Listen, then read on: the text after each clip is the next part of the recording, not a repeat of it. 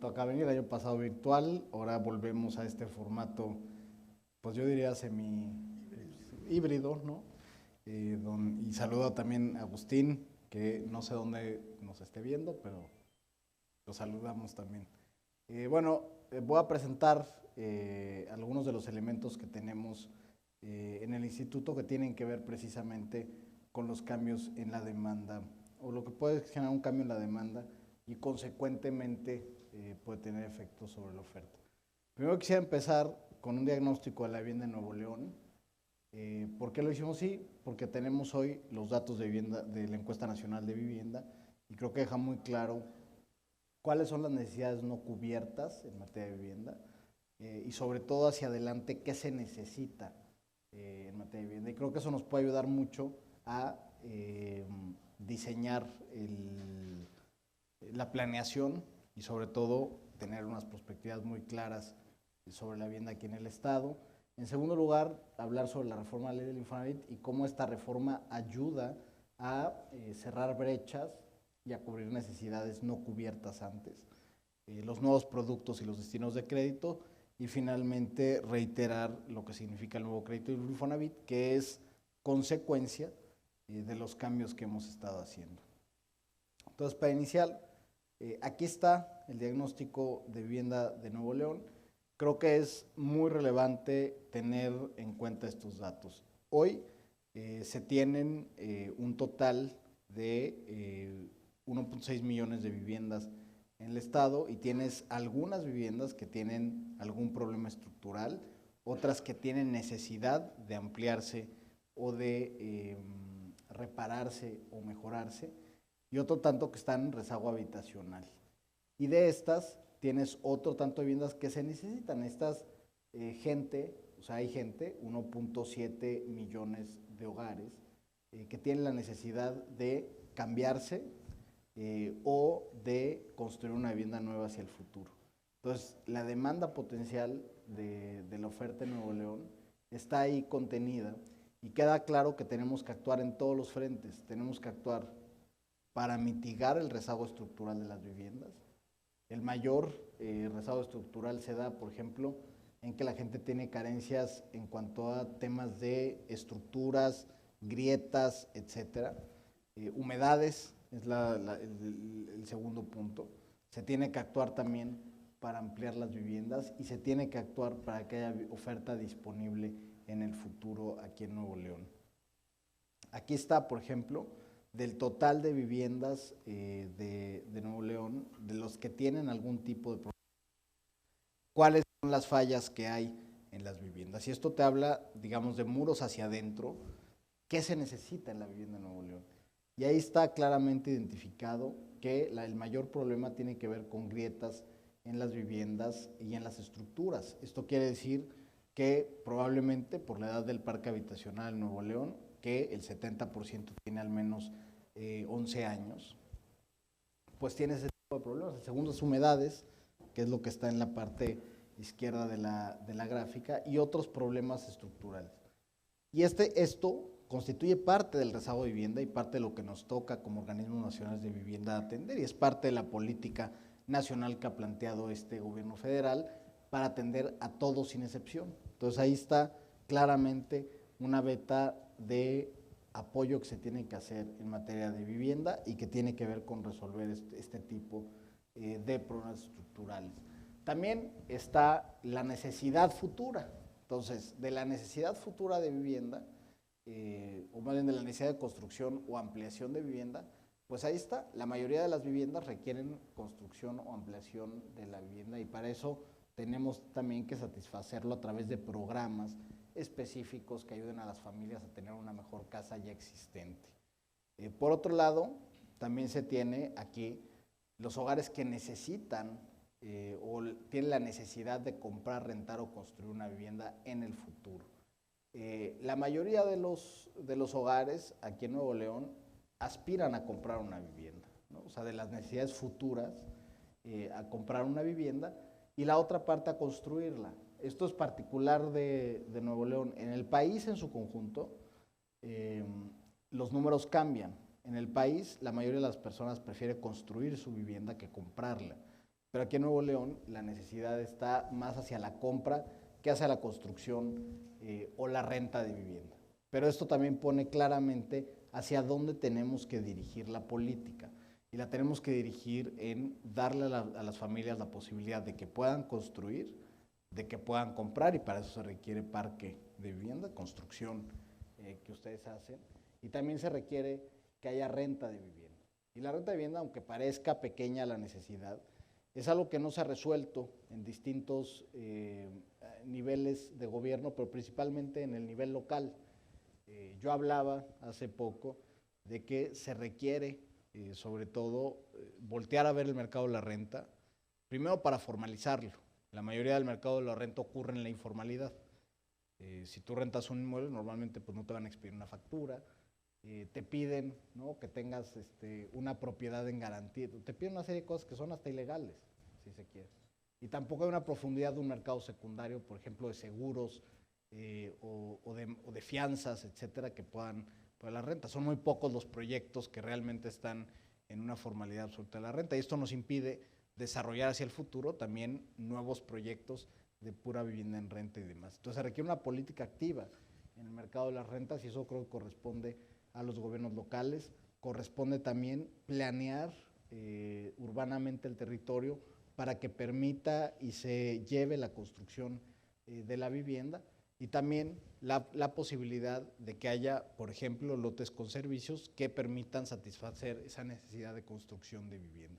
Es decir, la política de vivienda no se puede basar únicamente en satisfacer una necesidad de compra, sino la acción del instituto, al ser un instituto de seguridad social, tiene que atender absolutamente todas las necesidades no cubiertas de quienes están dentro del fondo. Y por eso hemos dispuesto una serie de cosas que se establecieron y se plasmaron en la reforma a la ley del Infonavit, y que permiten precisamente atacar todos estos distintos frentes y cerrar distintas brechas a favor de los trabajadores y de los derechohabientes en nuestro caso, pero que también contribuyen a disminuir el rezago global de vivienda en el Estado y desde luego en el país.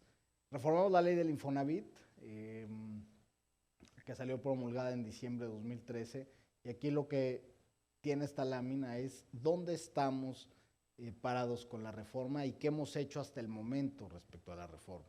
Primero, recordar que esta reforma fue un planteamiento que hizo el presidente de la República, que después tuvo el concurso del sector obrero y del sector empresarial, donde hubo comentarios, donde se modificaron los textos, donde finalmente fue aprobada por el legislativo, y que nos puso varias tareas específicas.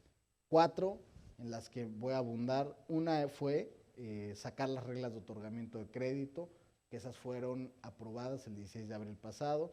En segundo lugar, actualizar las políticas de crédito y administración del instituto. En tercer lugar, eso fue lo más reciente que hicimos, también de manera tripartita entre los 3 sectores, pero se actualizaron las reglas de carácter general en materia urbana y de movilidad que guiarán al instituto en el futuro.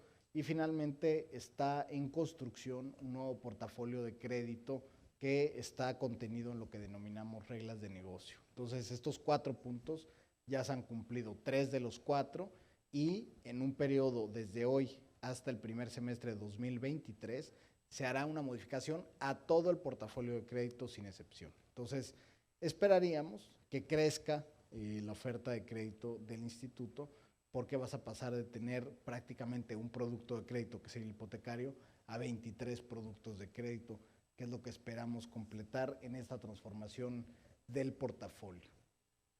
¿Qué se busca con esta transformación? En primer lugar, otorgar créditos de distinta índole para adquisición de vivienda o terreno. En segundo lugar, para construcción de vivienda. En tercer lugar, para mejora y ampliación de la vivienda, y también para refinanciar créditos del sector privado en el instituto. Además de que la propia ley permite que se quite una limitante que tenía el fondo en el pasado, que era lo de dar un solo crédito. Esa limitante se elimina de la ley y permite que el Infonavit dé créditos subsecuentes con cargo al fondo. Y esto permite que podamos hacer estrategias por ejemplo, en términos de política pública, estrategias para combatir el rezago habitacional, como, por ejemplo, se puede dar un crédito para comprar un terreno, una vez que se liquide este crédito, un crédito para la construcción, y una vez que se liquida este crédito, un crédito para la ampliación de la vivienda. Total, una familia puede gozar de 3 créditos del instituto o más, los que requiera, y con esto satisfacer de mejor manera sus necesidades de la vivienda y acorde a lo que realmente ellos quieren, ¿no? El Infonavit no puede dictar cuál es el tipo de vivienda, tiene que dar el financiamiento para que las familias realicen el tipo de vivienda que ellos quieren. En estos cambios, y sobre todo para ponerlo mucho más puntual, yo diría que son 3 relevantes, pero uno particular que incide también en la conformación de la oferta. Los primeros tienen que ver mucho más con la demanda, porque se establece normativamente cuál va a ser la política de administración crediticia del instituto. Por ejemplo, en estas políticas de administración se establece una métrica de rentabilidad. Siempre hay que tener en cuenta que el Infonavit es parte del sistema de ahorro para el retiro y que por lo tanto, al ser este fondo previsional y también pensionario, pues lo que se busca es otorgar un rendimiento al ahorro. ¿Cómo se otorga ese rendimiento? Pues cobrando intereses del lado de préstamo de crédito. El trabajo del Infonavit, que básicamente es lo que establecen las políticas, es tener un portafolio de crédito con una mezcla de tal manera que tengas una rentabilidad objetiva. ¿Cuál debe ser esa mezcla? Pues la que convenga. Entonces, cada año tenemos que ver cuáles son las mezclas óptimas de crédito que permitan pagar un rendimiento objetivo a la pensión. Luego, las reglas de otorgamiento de crédito establece cuáles son los sujetos y los objetos de crédito, y el objeto de crédito establece la vivienda y los terrenos, que son los 2 créditos que tendrán una garantía aparejada. El resto de los créditos son no hipotecarios y por lo tanto tienen también otras características y que se regulan de otra manera.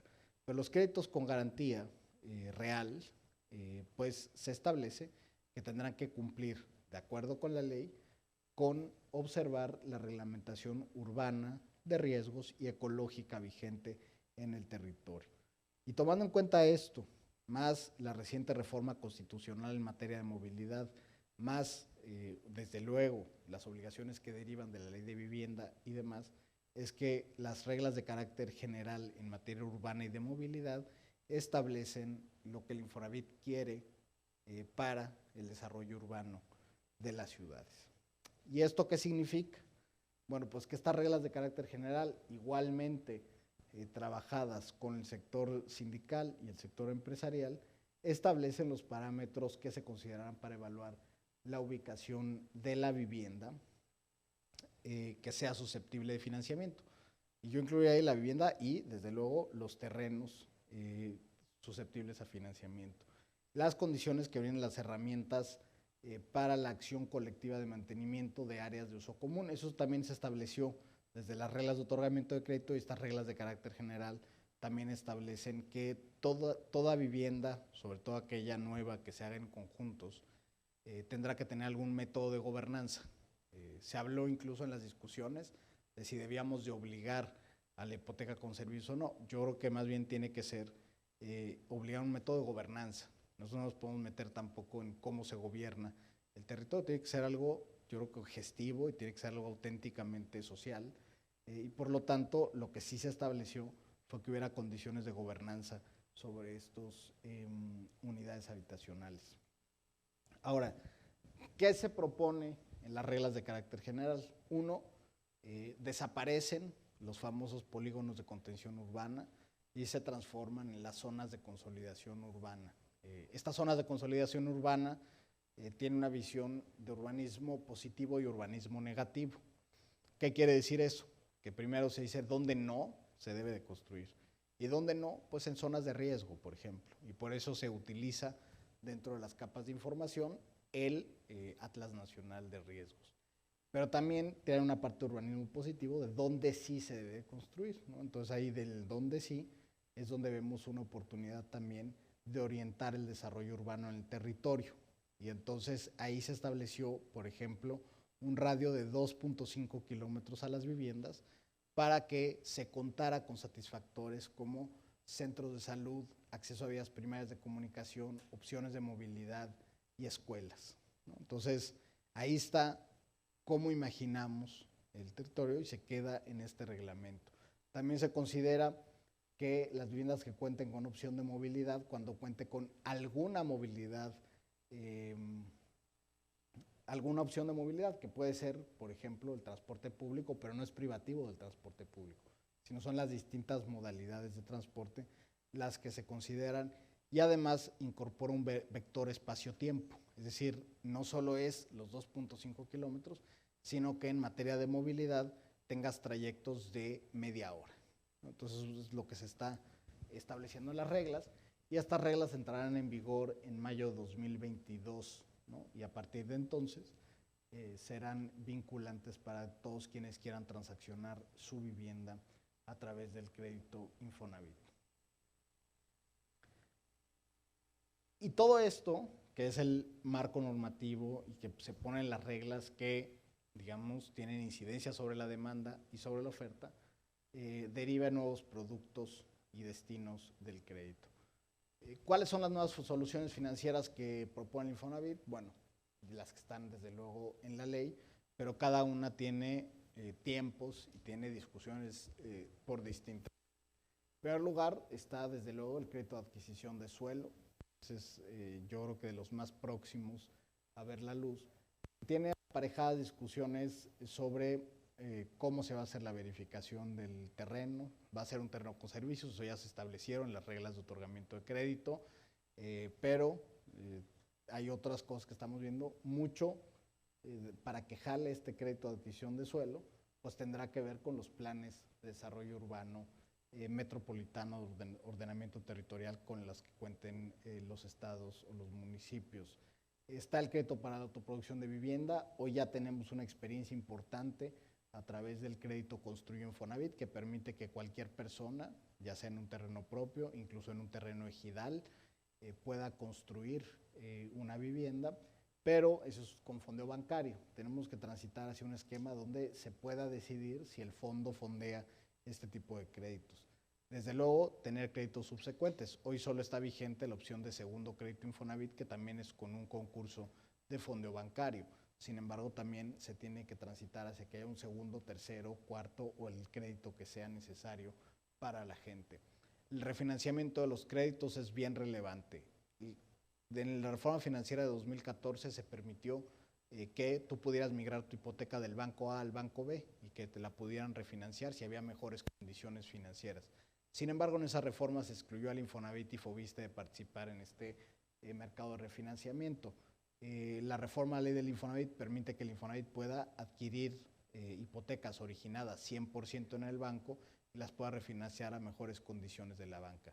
Sin duda, esto genera una presión competitiva en todo el sistema financiero y nosotros creemos que puede incidir en desde bajar las tasas de interés, comisiones o demás que prevalezcan en el sistema financiero. También está el crédito para reparación, ampliación y mejora de la vivienda. Hoy el Infonavit tiene buena experiencia en el desarrollo de este tipo de créditos a través, por ejemplo, de los esquemas de Mejoravit, aunque es con fondeo bancario, del propio Construyo Infonavit, que también es con fondeo bancario, que permite también créditos menores para reparaciones. Sin embargo, tenemos que ampliar esa oferta de crédito de manera importante y replantearla una vez que se tenga que fondear a través del fondo, ¿no?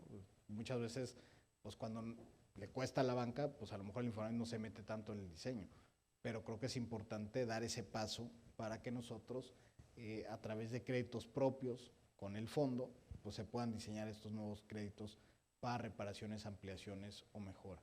Y desde luego el crédito hipotecario, que creo que es y será la punta de lanza del instituto, porque tenemos, no están aquí esos datos en esta presentación particular, pero la propia encuesta nacional de vivienda nos muestra una realidad que no podemos obviar. Hay poca inclusión financiera en el país, los bancos toman poco riesgo, la regulación bancaria de hecho es súper restrictiva y México ha adoptado una regulación bancaria muy ortodoxa, pero que impide profundizar en la sociedad en la toma de crédito. La mayoría de los mexicanos financian su vivienda con recursos propios. Y claro, habrá quien diga, no, es que la informalidad, yo creo que no hay que estigmatizar ningún tipo de trabajo. O sea, es más, la división formal e informal es falsa. O sea, nosotros nos las creamos en la ley con base en lo de la seguridad social. Pero ese mismo lenguaje nos hace decir informales. ¿No? Pues la gente mexicana es formal, tiene palabra, paga, muchas veces formal fiscal, etcétera. Entonces, tenemos que cambiar completamente eso y ampliar las opciones de crédito. Y para eso el Infonavit creo que tiene un papel bien relevante en la inclusión financiera. Porque si se imaginan todos estos elementos del crédito, puedan tener una opción de cofinanciamiento con la banca, por ejemplo, la banca se puede animar a prestar también más en otros segmentos que hoy no presta. En la medida en que el Infonavit diga, yo voy a dar créditos subsecuentes y ya no te necesito banco, pues el banco también va a buscar retener esos clientes y sacar nuevos productos de crédito. Entonces creemos que precisamente los incentivos que da la ley pueden tener efectos sobre la inclusión financiera del país y hacer que más mexicanos utilicen el financiamiento formal, ahí sí financiamiento formal, para la adquisición, ampliación, compra de vivienda. Y creo que ese es un objetivo muy claro del Infonavit, incidir en la inclusión financiera de más mexicanos. ¿Cómo se están dando el mapa temporal de las soluciones financieras? Es un mapa todavía parcial, no incluye los 23, pero quise incluir aquellos que van a salir en el corto o mediano plazo para que ustedes tengan visibilidad de cómo se están moviendo las opciones de crédito y financiamiento del instituto. El Construye Infonavit ya está operando, la idea es ampliarlo a otros estados del país, hoy está contenido en estados en particular, pero creemos que dado su funcionamiento en estados como Oaxaca, Jalisco, Yucatán, se puede ampliar a otros donde hay necesidad. La otra son créditos para sectores no atendidos, con esto queremos decir, por ejemplo, policías. En el caso de Yucatán, ya este mismo año empezamos a otorgar los primeros créditos para policías y era un sector no atendido. Y no atendido por nadie, o sea, los policías no tenían acceso ni al crédito bancario ni al crédito del Infonavit, pero se logró un acuerdo para que hubiera esta atención. Y en ese mismo tenor estamos enseñando otras opciones para públicos no atendidos, como pueden ser los trabajadores de las agroindustrias. El siguiente son los créditos para trabajadores sin relación laboral activa. Este mismo año instrumentaremos créditos para gente que ya no tiene relación laboral activa en materia de mejora de vivienda. Entonces empezaremos ahí con un pequeño crédito, si se quiere decir piloto, para empezar a generar experiencia sobre dar créditos a no activos en materia de mejora.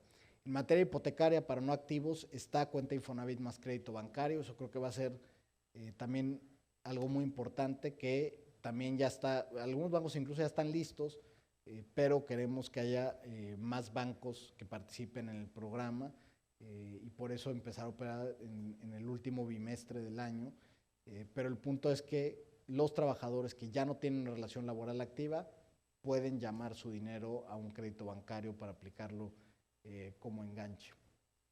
Está el nuevo esquema de crédito en pesos que ya desde luego opera desde mayo de este año. La adquisición de suelo para construir, también esperamos estar a final de este año lanzando el esquema de adquisición de suelo y en el siguiente año iniciaremos con el refinanciamiento de los créditos y los esquemas de crédito subsecuente. Entonces es el panorama que vemos en los siguientes años y desde luego la reforma completa al portafolio de crédito que ocurrirá de manera paralela y que tendrá que concluir en el primer semestre de 2023. De las nuevas formas de financiamiento financiero que estarán disponibles, yo me enfocaría en cuenta Infonavit más crédito bancario.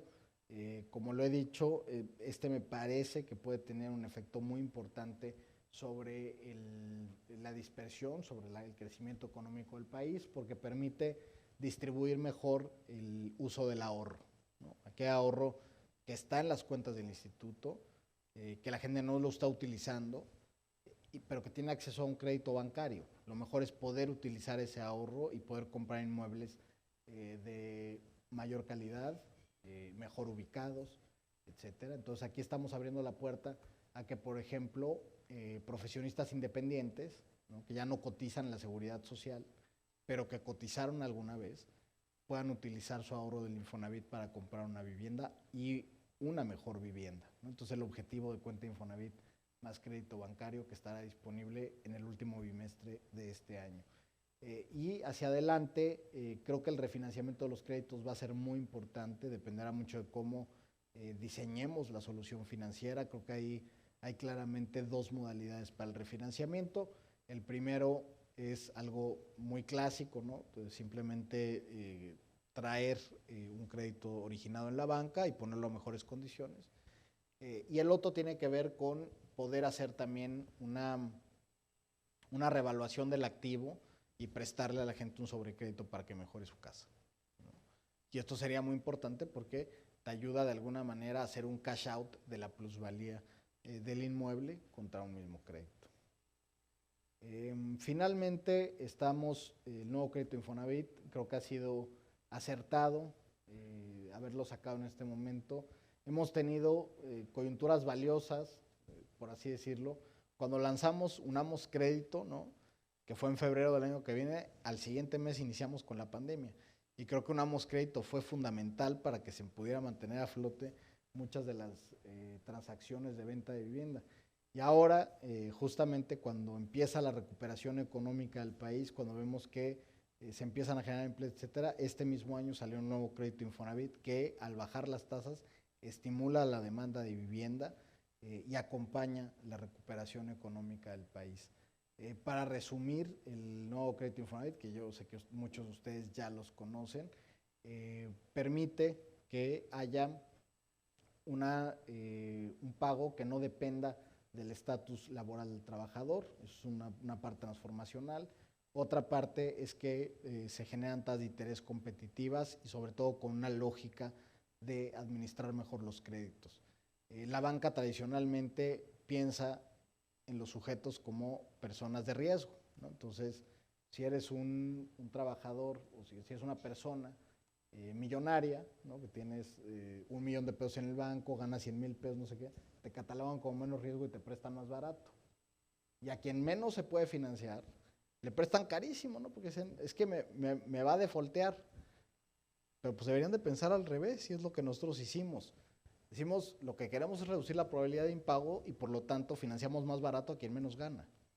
Y por eso estableció todo un sistema de tasas progresivas donde al sujeto que menos gana se le presta con un menor interés y a quien más gana se le presta con un mayor interés, manteniendo una competitividad muy alta. La tasa más alta del Infonavit queda en 10.45, que es incluso más baja que un CAT bancario.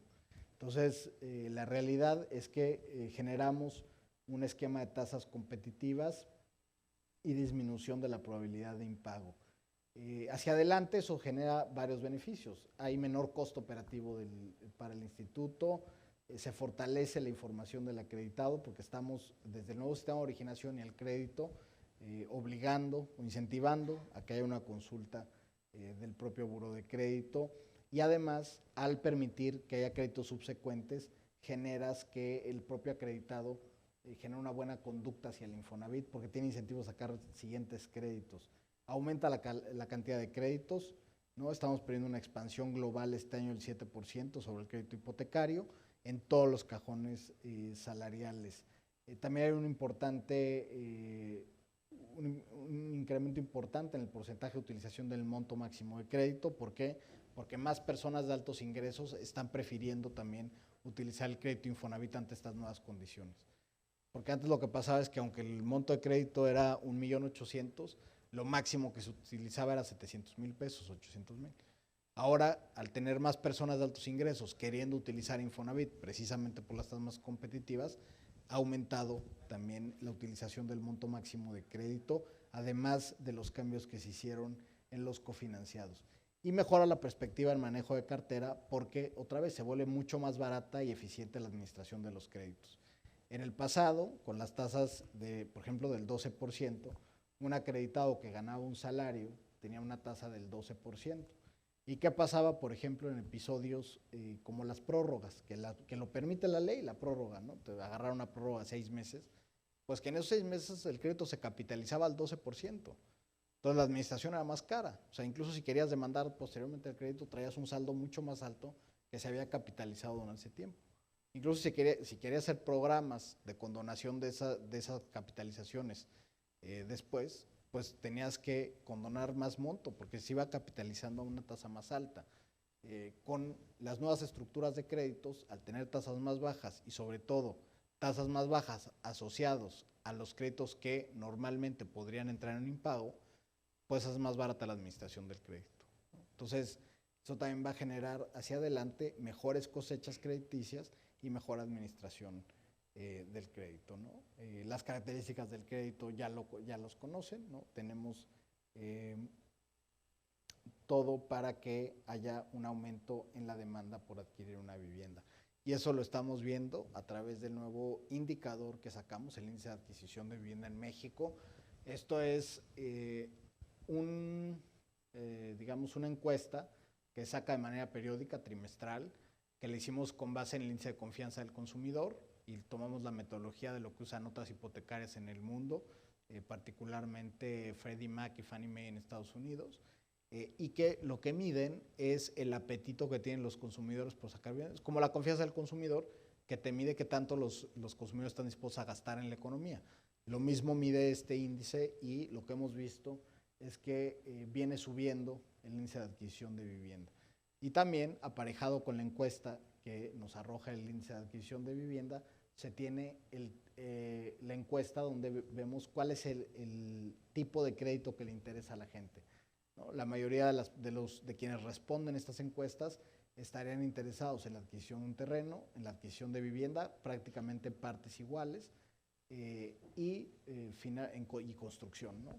Entonces son los tres elementos que prácticamente están a partes iguales, y también una demanda alta en mejoramientos de vivienda, ¿no? Entonces ahí tienes cómo nosotros, a través de nuestro portafolio, pues tenemos que atender todas esas demandas de las personas, y tenemos un portafolio hoy competitivo y que en el futuro tendrá más opciones para que más gente utilice su ahorro a favor de tener una mejor vivienda y construir un patrimonio.